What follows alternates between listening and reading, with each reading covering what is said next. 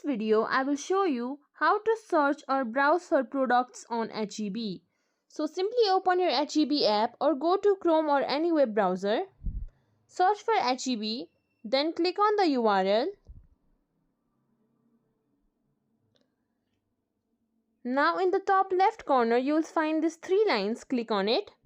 From here, you can browse various items and products based on different departments: fruits, meat, bakery, eggs. Or you can also browse based on savings or coupons. Or next thing that you can do is click on this search icon at the top of the screen. Then search for the product that you want. Then simply click on add to cart on whichever one that you want to buy.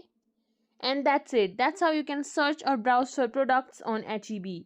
If you think this video was helpful, please like, share, subscribe to our channel and leave us a comment down below. Thank you for watching.